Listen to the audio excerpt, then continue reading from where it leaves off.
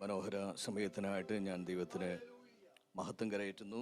കർത്താവിൻ്റെ ഒരു സാക്ഷിയായിട്ട് ഈ ദൈവസഭയിൽ എഴുന്നേറ്റ് നിൽക്കുവാൻ കർത്താവ് നൽകിയ അവസരത്തിനായിട്ട് സ്തോത്രം. ബഹുമാനനായ കർത്തൃദാസൻ കോശി പാസ്റ്റർ, ഷിജു പാസ്റ്റർ, കർത്തൃദാസൻ പ്രിയ സജിച്ചാൻ ആൻഡ് ഫാമിലി, ഞാൻ അവരുടെ കൂടെയാണ് ഈ ദിവസങ്ങളിൽ തങ്ങുന്നത്. ICPF ദോഹ ചാപ്റ്ററിൻ്റെ പ്രസിഡൻറ്റ്, മറ്റ് ICPF സഹകാരികൾ, ഈ സഭയിലെ എല്ലാ പ്രിയപ്പെട്ടവരും, ബഹുമാന്യരായ എല്ലാ പ്രിയപ്പെട്ടവർക്കും വേഗം വരുന്ന യേശു കർത്താവിൻ്റെ നാമത്തിൽ സ്നേഹവന്ദനം. ഒരു വിദ്യാർത്ഥിയായിരിക്കുമ്പോൾ യേശുവിനെ കണ്ടെത്തുവാൻ കർത്താവ് സഹായിച്ചു. എനിക്ക് തോന്നുന്നു ഇന്നല്ല ഞാൻ സംസാരിക്കേണ്ടിയിരുന്നത്, ഞാൻ അടുത്തൊരു ദിവസവും വരുന്നുണ്ടെന്ന് എനിക്ക് തോന്നുന്നു. ഇന്ന് കുറച്ച് കഴിയുമ്പോഴത്തേക്കും ഇടയ്ക്ക് ഞാൻ ഇവിടുന്ന് പോകേണ്ടി വരും. താഴെയുള്ള ചർച്ചിൽ കടന്നു പോകണം 7:30. അതുവരെയുള്ള ചില സമയങ്ങൾ നിങ്ങളുമായിട്ട് സംസാരിക്കുവാൻ ആഗ്രഹിക്കുന്നു. ഞാൻ നേരത്തെ പറഞ്ഞ പോലെ ഒരു വിദ്യാർത്ഥിയായിരിക്കുമ്പോഴാണ് ഞാൻ കർത്താവിനെ കണ്ടെത്തിയത്. അതിന് കാരണമായത് എൻ്റെ 2 സുഹൃത്തുക്കളാണ്. ദൈവമില്ലെന്ന് പ്രസംഗിക്കുകയും പഠിപ്പിക്കുകയും ചെയ്യുന്ന ഒരു പിതാവിൻ്റെ മകനായിട്ടാണ് ഞാൻ ജനിച്ചത്. ക്രിസ്തീയ കുടുംബത്തിലാണ്, എങ്കിലും വിത്തൗട്ട് എനി കൂടുതൽ കാര്യങ്ങളൊന്നും അറിയില്ലാതെ തന്നെ ദൈവമില്ലെന്ന് ഞാനും വിശ്വസിച്ചു. എൻ്റെ സുഹൃത്തുക്കൾ 2 പേര്, ഞാൻ ചാലക്കുടിയാണ് എൻ്റെ സ്വദേശം, തൃശ്ശൂർ ജില്ലയിൽ. തൃശ്ശൂർ നടന്ന ഒരു ക്യാമ്പിലേക്ക് വളരെ നിർബന്ധപൂർവ്വം കൊണ്ടുപോയി. ഞാൻ ബൈബിളൊന്നും ഇല്ലാതെ പോകുന്നത്, എനിക്കറിയില്ലായിരുന്നു എന്താ ക്യാമ്പെന്ന്. പക്ഷെ ആ ക്യാമ്പ് എൻ്റെ ജീവിതത്തെ രൂപാന്തരപ്പെടുത്തി. അത് ICPF ഒരു ക്യാമ്പായിരുന്നു. ബൈബിളില്ലാതെ ഏറ്റവും ബാക്കിലിരുന്ന എന്നെ ക്യാമ്പിൻ്റെ അടുത്ത ദിവസങ്ങൾ എന്നെ ദൈവം സ്പർശിക്കുകയായിരുന്നു. 2 തിരിച്ചറിവാണ് ഉണ്ടായത്. 2 തിരിച്ചറിവ്. ഒന്ന്, ഈ വചനം, ഈ ബൈബിൾ, എൻ്റെ മുമ്പിലിരിക്കുന്ന ഈ വചനം അത് സത്യമാണെന്നും അത് ദൈവവചനമാണെന്നും അത് വായിക്കേണ്ടതാണെന്നുള്ള തിരിച്ചറിവ്. ബൈബിൾ വായിച്ചു തുടങ്ങിയത് അങ്ങനെയാണ്. ബൈബിൾ വായിച്ചുകൊണ്ടിരിക്കുമ്പോഴേ ഞാൻ കർത്താവിൻ്റെ രക്ഷകനായിട്ട് സ്വീകരിക്കുന്നത്. രണ്ടാമത്തത്, യേശു ഒരു ചരിത്രത്തിൽ എവിടെയോ ജനിച്ച ഒരു വ്യക്തിയല്ലെന്നും മറിച്ച് ഹീസ് റിയൽ, അവിടുന്ന് യാഥാർത്ഥ്യമാണെന്നുമുള്ള തിരിച്ചറിവ്. ഇന്ന് പകലിൽ ഞാൻ ഈ സഭയിൽ നിൽക്കുമ്പോൾ ഇത് തന്നെ എനിക്ക് പറയാനുള്ളത്.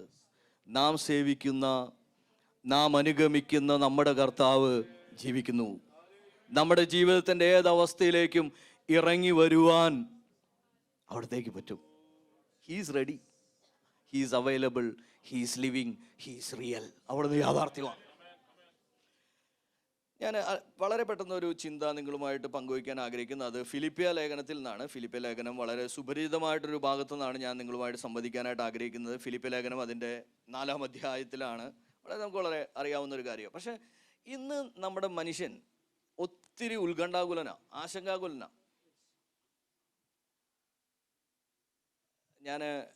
മനുഷ്യൻ പെട്ടെന്ന് പ്രതികരിക്കുന്നത് നമ്മൾ കാണുന്നു. Specially young people and old, ഒരു വ്യത്യാസവും ഇല്ല.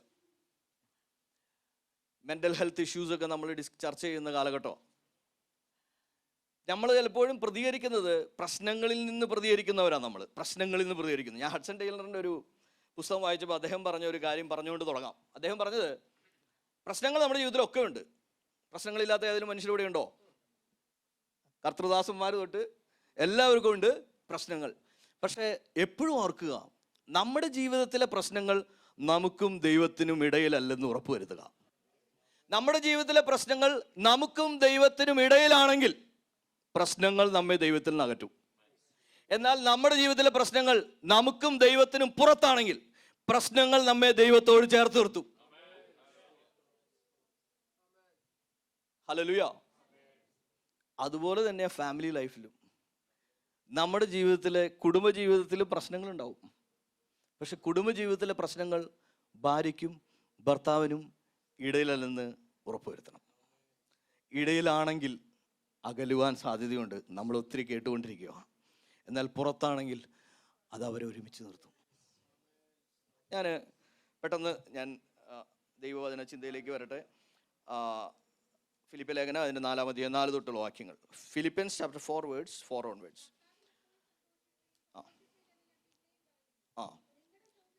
ഓക്കെ, നമുക്ക് ഓരോന്ന് പെട്ടെന്ന് വായിച്ചു പോവാം. ഞാൻ ഓരോന്നിനും ഓരോ ഹെഡിങ് കൊടുക്കാം. ടൈമിൽ ഞാൻ നിർത്തും ചെയ്യും. ആദ്യത്തെ, അപ്പോസ്തലനായ പൗലോസ് ഈ ലേഖനം എഴുതുന്നത് എവിടെ നിന്നാണെന്നറിയോ? പ്രിസൺ എപ്പിസ്റ്റല. എവിടെയാണ് കിടക്കുന്നത്? കാരാഗ്രഹത്തിൽ കടന്നുകൊണ്ട് എഴുതുക. കിരാതമായ നൊട്ടോറിയസ് റോമൻ പ്രിസണിൽ, സാധാരണ ഇന്നത്തെ പ്രിസൺ അല്ല, ഒരു കുഴിയാണ്, അല്ലെ ഒരു ഗുഹയാ, ഭക്ഷണമൊക്കെ ഇറക്കി കൊടുക്കുക, ഇരുട്ട, ഏകാന്തത, ഒറ്റപ്പെടൽ, ഹ്യൂമൻ റൈറ്റ് കമ്മീഷനൊന്നുമില്ല. പക്ഷെ അവിടെ നിന്നുകൊണ്ട് ജയിലിൽ കിടക്കുന്ന ഒരാള് പുറത്ത് സ്വതന്ത്രരായ ആളുകളോട് പറയുക, സന്തോഷിപ്പിൻ, കർത്താവിൽ എപ്പോഴും സന്തോഷിപ്പിൻ. Rejoice daily. ഞാൻ അതിനൊരു ഹെഡിങ് കൊടുത്ത ദിവസമുള്ള സന്തോഷം. ഇത് ക്രിസ്ത്യാനിക്ക് മാത്രമേ പറ്റുള്ളൂ. എല്ലാം പ്രതികൂലമാകുമ്പോഴും ആരും കൂടെ ഇല്ലാത്തപ്പോഴും സന്തോഷിക്കാനൊരു ഇടമുണ്ട്. ഇത് വൈകാരികമായ സന്തോഷമല്ല കേട്ടോ, സിറ്റുവേഷനിലും അല്ല, സാഹചര്യത്തിന് അടിസ്ഥാനപ്പെട്ട സന്തോഷമല്ല, വൈകാരികമല്ല ഈ സന്തോഷം, ഇത് കർത്താവിലുള്ള സന്തോഷമാണ്. Rejoice in the Lord always. ഞാൻ ചില മരുന്നുകൾ വളരെ പെട്ടെന്ന് നിങ്ങൾക്ക് തന്നിട്ട് അങ്ങോട്ട് ഓടി ഓടി പോവാം. ഇത് വിവരിക്കേണ്ടതാണ്, പക്ഷെ വിവരിക്കുന്നില്ല. Rejoice in the Lord always. Daily rejoice. എപ്പോഴുമുള്ള സന്തോഷം. അടുത്ത ഭാഗം വായിച്ചോളൂ. നിങ്ങളുടെ സൗമ്യത സകല മനുഷ്യരും അറിയട്ടെ. ഭയങ്കര ബുദ്ധിമുട്ടുള്ളൊരു കാര്യമാണ്. ഞാൻ അതിനൊരു പേര് കൊടുത്തത് ഡെയിലി ലൈഫ് സ്റ്റൈൽ, ദിവസമുള്ള ജീവിത ശൈലി. നമ്മുടെ സൗമ്യത സകല മനുഷ്യരും, ഈ ഞാൻ യൂത്ത് വേർഡ് കുറച്ചുകൂടി ചെറുപ്പക്കാരെ വാക്കുപയോഗിച്ച ലിവ് ഔട്ട്, ഉറക്കെ ജീവിക്കുക, മറ്റുള്ളവർ അറിയട്ടെ നമ്മൾ ആരാണെന്ന്.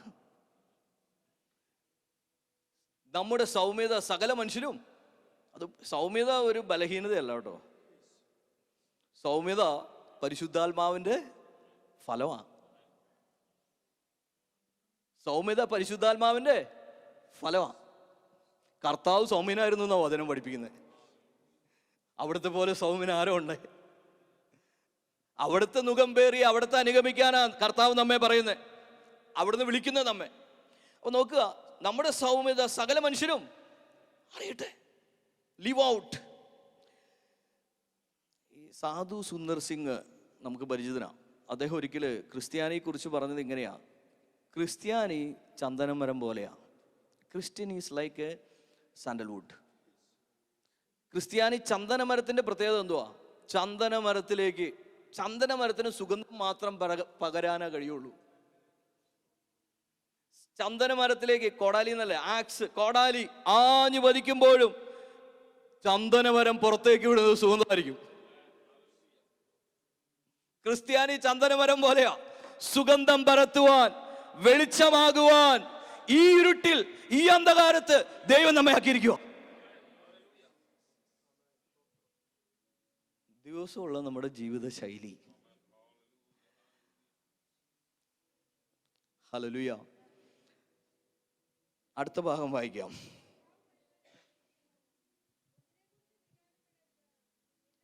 കർത്താവ് വരുവാൻ ഡെയിലി ഹോപ്പ്. അതല്ല നമ്മുടെ പ്രത്യാശ. ദിവസമുള്ള എന്താണ്? കർത്താവ് വരും. The Lord is near. നമ്മുടെ കർത്താവ് എല്ലാവരും വിശ്വസിക്കുന്നുണ്ടോ? യേശു വരും.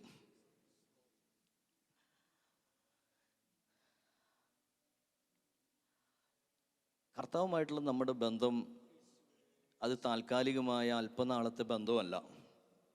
അല്ലെങ്കിൽ 1 കൊരിന്ത്യർ ലേഖനം 15:19 വായിക്കാമോ? എന്താ എഴുതിയിരിക്കുന്നത്? ഈ ലോകത്ത് മാത്രമാണ് നമ്മുടെ വിശ്വാസമെങ്കിൽ, നമ്മുടെ കാര്യം നടക്കാനുള്ള വിശ്വാസമാണെങ്കിൽ, അങ്ങനെ തന്നെ എഴുതിയിട്ടില്ലേ പൗലോസ് അപ്പോസ്തലൻ? ഒന്ന് വായിക്കാമോ? ആ,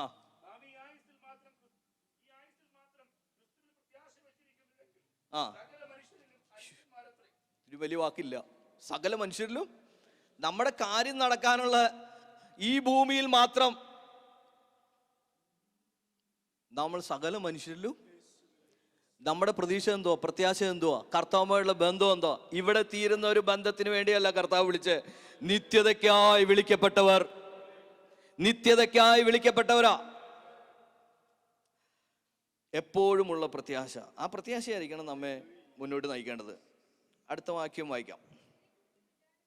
ഒന്നിനെ കുറിച്ചും വിചാരപ്പെടരുത് എന്ന് പറഞ്ഞാൽ നടക്കുവോ? ആകെ നമ്മുടെ കയ്യിലുള്ള കൈമുതൽ എന്ന് പറയുന്ന നമ്മുടെ വിചാരം. ഞാനും വിചാരപ്പെടാറുണ്ട് കേട്ടോ. അപ്പം ഞാനും ഇവിടെ നിന്ന് നുണ പറയുന്നത് ശരിയല്ലല്ലോ. ദൈവസന്നിധിയിൽ വിചാരപ്പെടാറുണ്ട്. പക്ഷെ ദൈവവചനം പറയുന്നത് എന്താണ്? ഒന്നിനെ കുറിച്ചും. ഞാൻ അതിനൊരു ഹെഡിങ് കൊടുത്തിരിക്കുന്നത് ഡെയിലി ട്രസ്റ്റ് എന്നാ. കാരണം എന്താ നമ്മൾ വിചാരപ്പെടാതിരിക്കാൻ കാരണം എന്താ? ആശ്രയം ആരിലാണെന്നുള്ളതാണ്. ദിവസമുള്ള ആശ്രയം, എപ്പോഴുമുള്ള ആശ്രയം. ആരിലാണ് നമ്മൾ ആശ്രയിക്കുന്നത്? ഇല്ലാഞ്ഞിട്ടല്ല, പക്ഷെ ആശ്രയിക്കുന്നത് ആരിലാ? ആശ്രയിക്കുന്ന ആരിലാ? കരം കൊടുത്തിരിക്കുന്ന ആരെയാ? ആരുടെ മേലാ? ആരാ നമ്മെ നയിക്കുന്നത്? ഞാൻ എൻ്റെ സ്റ്റോറി ICPF കുറിച്ചും പിന്നീട് പറയാനുള്ളതുകൊണ്ടാണ് വിവരിക്കാതിരുന്നത്. ഞാൻ എൻ്റെ ഒരു സംഭവം പറയാം. എൻ്റെ ഒരു കുറച്ച് വർഷങ്ങൾക്ക് മുമ്പുള്ളൊരു സംഭവം ഞാൻ പറയാം. ഞാൻ ബൈബിൾ കോളേജിൽ പഠിക്കുന്ന സമയം ഫസ്റ്റ് ഇയർ ഞാൻ പോകുമ്പോൾ എൻ്റെ പിതാവ് നല്ല ആരോഗ്യത്തോടെയാണ്. ധൈര്യമായിട്ട് എന്നെ വിട്ടു. FTS ഫെയ്ത്ത് തിയോളജി സെമിനാറിൽ ഞാൻ പഠിക്കുന്നത്. അപ്പോൾ BD ചെയ്തുകൊണ്ടിരിക്കുന്ന സമയത്ത് ഫസ്റ്റ് ഇയർ എന്നോട് വളരെ സന്തോഷമായിരുന്നു. ഫീസ് ഞാൻ അടച്ചോളാം, ഒന്നും വിഷമിക്കണ്ട, നീ പോയി പഠിച്ചാൽ മതി. അങ്ങനെ ഞാൻ കടന്നുപോയി. ഏതാനും മാസം കഴിഞ്ഞപ്പോൾ ഒരു ഡിസംബർ മാസത്തിൽ എനിക്ക് ഫോൺ വന്നു. എൻ്റെ ഫാദറിന് വയ്യ, സുഖമില്ല, 2 കിഡ്നിയും ഫെയിലായി. ഞാൻ ഓടിച്ചെന്നു, ടേക്ക് കെയർ ചെയ്യണം. അടുത്തൊരു വർഷം കഴിഞ്ഞപ്പോൾ എൻ്റെ പിതാവ് ലോകത്ത് നിന്ന് മാറ്റപ്പെട്ടു പോയി. ഡിസംബർ 26, അടുത്ത ഡിസംബർ 26. ഞാൻ ബൈബിൾ കോളേജിൽ പഠിക്കുക, സുവിശേഷ വേലയ്ക്ക് അതിനു മുമ്പ് സമർപ്പിച്ചതാണ്. ആ സ്റ്റോറി പറ്റുവാണെങ്കിൽ ഞാൻ പിന്നീട് പറയാം. ഞാൻ കർത്താവിൻ്റെ വേലയിൽ സമർപ്പിച്ച് വിവാഹം കഴിഞ്ഞതിന് ശേഷം പഠിക്കാൻ പോകുന്നു. മുന്നോട്ട് പോകണം, എന്ത് ചെയ്യണമെന്നൊക്കെ ഞാൻ വിചാരിച്ചിങ്ങനെ ഞാനൊരു ദിവസം വീട്ടിൽ റൂമിൽ എൻ്റെ മുറിയിൽ ദൈവമായിട്ട് സംസാരിച്ചിരിക്കുന്ന സമയത്ത് കർത്താവിനോട് പറഞ്ഞൊരു വചനം. ഈ ദൈവം ആരാ? സർവശക്തനാ അല്ലേ? നമ്മുടെ ദൈവം സകലത്തെ ഉണ്ടാക്കിയ സകലത്തിൻ്റെ ഉടമയായ ദൈവം. ആ ദൈവം എൻ്റെ ആരാ? ആ ദൈവം നിങ്ങളുടെ ആരാ? ആ ദൈവം നമ്മുടെ പിതാവാ. ലോകത്ത് എൻ്റെ പിതാവ് പോയി, പക്ഷെ ദൈവം എനിക്ക് തന്നെ ഭയങ്കര കൺവിക്ഷനാ, ഭയങ്കര ഉറപ്പാ. ഈ ദൈവം ആരാ? നമ്മുടെ പിതാവ്, എൻ്റെ അപ്പച്ചൻ, എൻ്റെ പിതാവ്, എൻ്റെ ഡാഡി, എൻ്റെ പപ്പ. സർവശക്തനായ ദൈവം എൻ്റെ പിതാവാ. ഇവിടെ ഇരിക്കുന്ന ഓരോരുത്തരോടും എനിക്ക് പറയാം, നമ്മുടെ പിതാവാ. അവിടെ ആ സന്നിധിയിൽ ആശ്രയിക്കുവാൻ, ചാരുവാൻ ഏതവസ്ഥയിലും. ഇന്ന് വരെ ദൈവം കൈവിട്ടിട്ടില്ല കേട്ടോ. ഞാൻ എൻ്റെ BD കോഴ്സ് കഴിഞ്ഞ് പിന്നീട് ഞാൻ ഗുജറാത്തിലായിരുന്നു. അത് ഞാനൊരു മിഷണറി ആയിട്ട് കൂടുതൽ സമയം പ്രവർത്തിച്ച് ഗുജറാത്തിലായിരുന്നു. ബറോഡ, അഹമ്മദാബാദ്, ആനന്ദ്. ആരെങ്കിലും ഉണ്ടെങ്കിൽ എന്നെ കാണണം. ഇന്ന് ഞാൻ രാവിലെ ആരാധനയ്ക്ക് ഇവിടെ അടുത്ത ചർച്ചിൽ ആയിരുന്നപ്പോൾ ഒരു ഫാമിലിയെ കാണാനായിട്ട് കഴിഞ്ഞു. അതിനുശേഷമാണ് ഇപ്പം നാട്ടിലാണ് എങ്കിലും.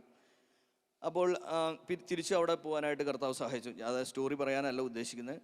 അവിടുന്ന് ആവശ്യങ്ങളിൽ മതിയായവനാ, അവിടുന്ന് വലിയവനാ, അവിടുന്ന് പിതാവാ. Daily trust.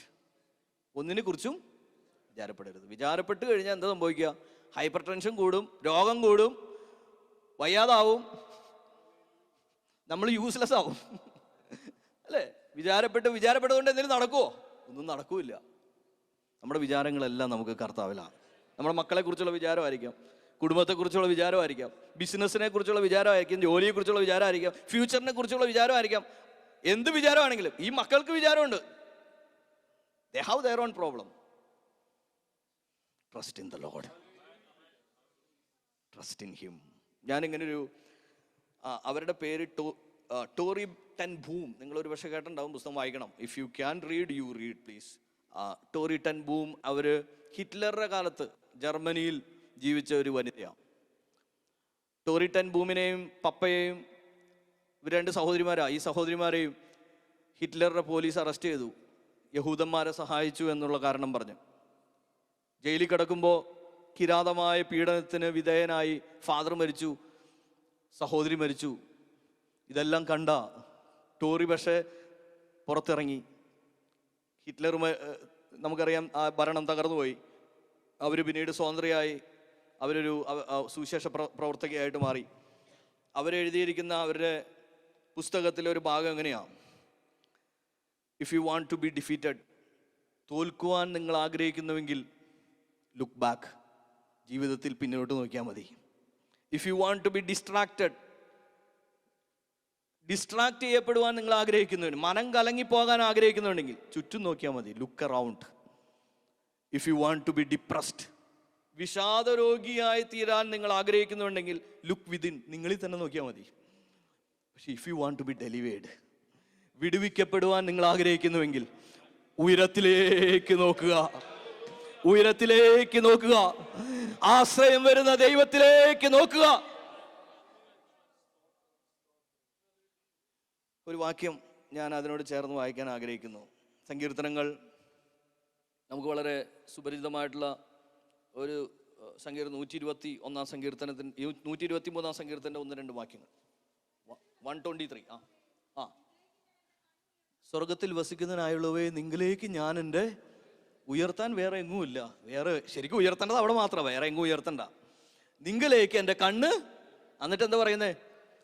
ദാസന്മാരുടെ കണ്ണ് യജമാനന്റെ മേലും, ദാസിമാരുടെ കണ്ണ് യജമാനത്തിയുടെ മേലും എന്ന പോലെ ഞങ്ങളുടെ കണ്ണ് ഞങ്ങളുടെ ദൈവമായ കർത്താവിങ്കലേക്ക് അവിടുന്ന് ഞങ്ങളോട് കൃപ ചെയ്യുന്നത് വരെ, കൃപ ചെയ്യുന്നത് വരെ നോക്കിക്കൊണ്ടിരിക്കുന്നു. നമ്മുടെ കണ്ണ് നമുക്ക് ദൈവത്തിലേക്ക് ഉയർത്തും. ഡെയിലി ട്രസ്റ്റ്, ദിവസമുള്ള ആശ്രയം. അടുത്ത വാക്യം വായിച്ചോളൂ.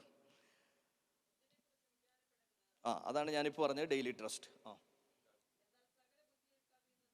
ഓക്കെ, ഇനി വായിക്കേണ്ടത് എല്ലാറ്റിലും പ്രാർത്ഥനയാലും അപേക്ഷയാലും നിങ്ങളുടെ ആവശ്യങ്ങളെ സ്തോത്രത്തോടെ ദൈവത്തോട് അറിയിക്കുക. നമ്മൾ ചെയ്യേണ്ടത് എന്തോന്നും കൂടി എഴുതിയിട്ടുണ്ട്. എന്ത് ചെയ്യണം? Daily prayer. അല്ലെങ്കിൽ ഡെയിലി പ്രയർ എന്ന് പറയണേ എപ്പോഴും ഉള്ള പ്രാർത്ഥന, എപ്പോഴും ഉള്ള പ്രാർത്ഥന. ഏതവസ്ഥയിലും നമുക്ക് പ്രാർത്ഥിക്കാം. ജോലി ചെയ്യുമ്പോഴും പ്രാർത്ഥിക്കാം, യാത്ര ചെയ്യുമ്പോഴും പ്രാർത്ഥിക്കാം. പ്രാർത്ഥനയ്ക്ക് ഇടമുള്ളത് നല്ലതാ, അങ്ങനെ പ്രാർത്ഥനയ്ക്ക് മാറിയിരിക്കുന്നത് നല്ലതാ. പക്ഷെ ഇതും ചെയ്യാം. നമ്മുടെ ശ്വാസോച്ഛ്വാസം പോലെയാ ദൈവത്തോടുള്ള നമ്മുടെ കമ്മ്യൂണിക്കേഷൻ. അവിടെ നമ്മൾ പറയുക മാത്രമല്ല, അവിടെ നിന്ന് പറയുന്നത് നമ്മൾ കേൾക്കുകയും ചെയ്യാം. അവിടെ നമ്മോട് സംസാരിക്കും. കർത്താവ് നമ്മോട് സംസാരിക്കുന്ന ദൈവമോ. ഇതൊരു പവർഫുൾ റിലേഷൻഷിപ്പാ, ഒറിജിനൽ, റിയൽ. മറ്റാരെക്കാളും ചാരുവാൻ, നമ്മുടെ അവസ്ഥകൾ തുറന്നു പറയുവാനുള്ള ഇടമാണ് ദൈവസന്നിധി. എപ്പോഴും ഉള്ള പ്രാർത്ഥന, എവറി സിറ്റുവേഷൻ, എല്ലാറ്റിനും. ഞാൻ ചിലപ്പോൾ ചെയ്യുന്നത് ഇങ്ങനെയാണ്. ഞാനിങ്ങനെ പറയാം, അടുപ്പമുള്ള ആളുകളോട് നമ്മൾ എല്ലാ കാര്യങ്ങളും തുറന്നു പറയില്ലേ? എല്ലാ കാര്യവും ഭൂമിയിൽ പറയില്ല.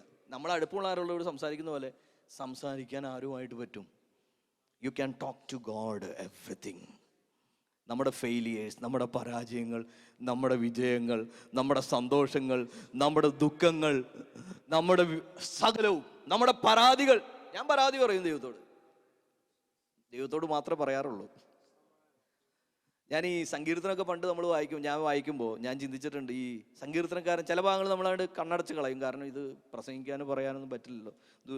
ദുഷ്ടന്മാരെ കുറിച്ചും ശത്രുക്കളെ കുറിച്ചൊക്കെ പറയുന്നത് നമ്മൾ കാണുമ്പോൾ നമ്മൾ വിചാരിക്കും, അയ്യോ ഇത് വല്ലാത്ത എഴുത്താണല്ലോ എഴുതിയിരിക്കുന്നത്. ഞാൻ പിന്നീട് മനസ്സിലാക്കിയ ഒരു കാര്യം, അദ്ദേഹത്തിൻ്റെ ഹൃദയം ദൈവത്തിന് മുമ്പിൽ പകരുക. മറച്ചു വയ്ക്കാൻ എന്തെങ്കിലും ഉണ്ടോ ദൈവസന്നിധിയിൽ? ദൈവസന്നിധി മറച്ചു വയ്ക്കാൻ ഒന്നുമില്ല. എല്ലാ വികാരങ്ങളും അദ്ദേഹം ദൈവത്തിന് മുമ്പ് പറയുക. ദൈവസന്നിധിയിൽ അത് പറഞ്ഞു കഴിയുമ്പോൾ ഉത്തരം കിട്ടുന്നുണ്ട്. അദ്ദേഹം പറയുന്നുണ്ട്, അയ്യോ കർത്താവേ പറ്റിപ്പോയി, അല്ലേ? ഓരോ സങ്കീർത്തനവും. കാരണം കുറെ കൂടി റിയലിസ്റ്റിക് ആയിട്ട് കർത്താവിനോട് സംസാരിക്കുക അവിടെ ചെയ്യുന്നത്. നമ്മുടെ ജീവിതത്തിലും എല്ലാം തുറന്നു പറയാവുന്ന ഒരിടം ദൈവസന്നിധിയാണ്.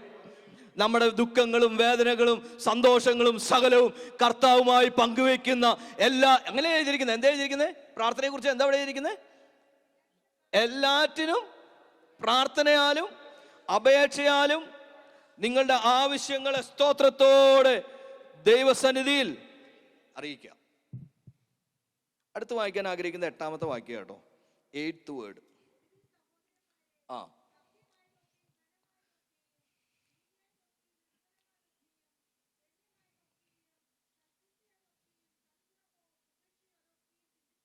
Praise the Lord.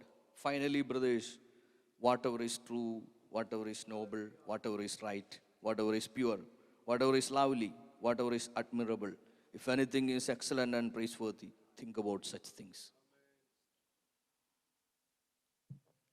ദിവസമുള്ള ധ്യാനം, ഡെയിലി മെഡിറ്റേഷൻ.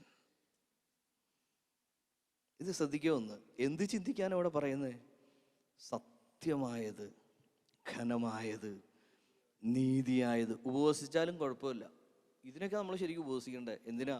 കർത്താവ് സത്യമായത് ചിന്തിക്കാൻ, സത്യമായത് ധ്യാനിക്കാൻ, ഘനമായത്, നോബിളായത്, റൈറ്റായിട്ടുള്ളത്, പ്യുവറായിട്ടുള്ളത്, ലവ്ലി, അഡ്മിറബിൾ, സൽകീർത്തിയും സൽഗുണവും പുകഴ്ചയുമായിട്ടുള്ളത് ചിന്തിക്കുവാൻ. കൊലോസിലെ ലേഖനത്തിൽ അപ്പോസ്തലനായ പൗലോസ് എഴുതെങ്ങനെയാ? ഉയരത്തിലുള്ളത് ചിന്തിക്കുവാൻ.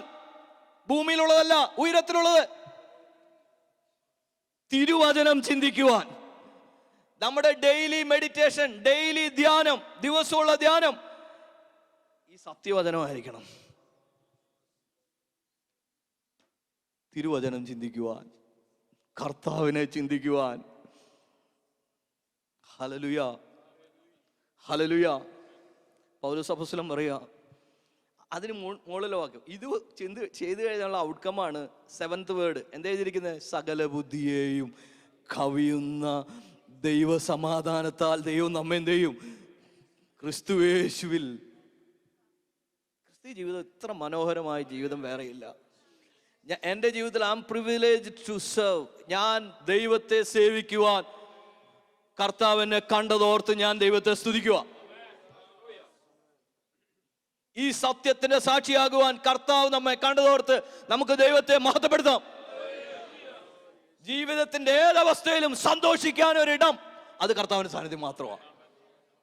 Rejoice in the Lord always. ഞാൻ പറഞ്ഞ 6 കാര്യങ്ങൾ നിങ്ങൾ ഓർമ്മയുണ്ടെന്ന് വിശ്വസിക്കുക. റിജോയ്സ് ഡെയിലി, എപ്പോഴുമുള്ള സന്തോഷം. പിന്നെന്താ പറഞ്ഞേ? ഡെയിലി ട്രസ്റ്റ് അല്ലല്ലോ, ജീവിതശൈലി, daily lifestyle, daily lifestyle, daily trust, daily hope, daily prayer, daily meditation. കർത്താവ് വചനങ്ങളാൽ ദൈവസഭയെ അനുഗ്രഹിക്കട്ടെ. ഞങ്ങളെ ഓർത്തും പ്രാർത്ഥിക്കുക. എൻ്റെ വൈഫിൻ്റെ പേര് ജിഷ. 2 മക്കൾ. ഞങ്ങൾ ദൈവത്തെ സേവിക്കുന്നു. എസ്പെഷ്യലി നേരത്തെ പറഞ്ഞ പോലെ ഒരു വിദ്യാർത്ഥി ആയിരിക്കുമ്പോൾ കർത്താവിനെ കണ്ടെത്തി അന്നു മുതൽ വിദ്യാർത്ഥികളുടെ ഇടയിൽ പ്രവർത്തിക്കുന്നു. കർത്താവ് നടത്തുന്ന ICPF ഇന്റർ കോളേജ് പ്രയർ ഫെലോഷിപ്പിന് വേണ്ടി നിങ്ങൾ തുടർന്നും പ്രാർത്ഥിക്കുക. ഈ തലമുറ അവർ കർത്താവിനെ കണ്ടെത്തുവാൻ, എനിക്ക് തോന്നുന്നു ഇവിടെ ഇരിക്കുന്ന പലരെയും ICPFിലൂടെ വന്ന ഒത്തിരി പേര്. ഞാനിവിടെ ഞങ്ങളുടെ ഒരു മിഷനറിയുടെ മോളെ കണ്ടു, സുജാൻറ്റിയുടെ മോളെ. കോട്ടയത്തെ ഞങ്ങളുടെ ലേഡി സ്റ്റാഫാണ്. കാണുവാനായിട്ട് അക്സല്ലേ കാണുവാനായിട്ട് ഇടയെ തീർന്നു. ICPFിൽ പ്രവർത്തിക്കുന്ന ഒത്തിരി പേര് ഇവിടെ ഉണ്ടെന്ന് ഞാൻ അറിയുന്നു. നിങ്ങളുടെ സ്നേഹവും സപ്പോർട്ടും അത് ഓർത്ത് ഞാൻ ദൈവത്തെ സ്തുതിക്കുന്നു. ദൈവം അനുവദിച്ച തുടർന്ന് ഞാനത് സംസാരിക്കാം. അനുഗ്രഹീതമായ ഒരു ക്രിസ്തീയ ജീവിതം നയിക്കുവാൻ കർത്താവ് നമ്മെ സഹായിക്കട്ടെ. കർത്താവ് നൽകിയ അവസരത്തിനായിട്ട് സ്തോത്രം. അവസരം നൽകിയ കർത്തൃദാസന്, ദൈവസഭയ്ക്ക് നന്ദി അറിയിച്ചുകൊണ്ട് എളിയ വാക്കുകളിൽ നിന്ന് വിരമിക്കുന്നു. ദൈവം അനുഗ്രഹിക്കട്ടെ.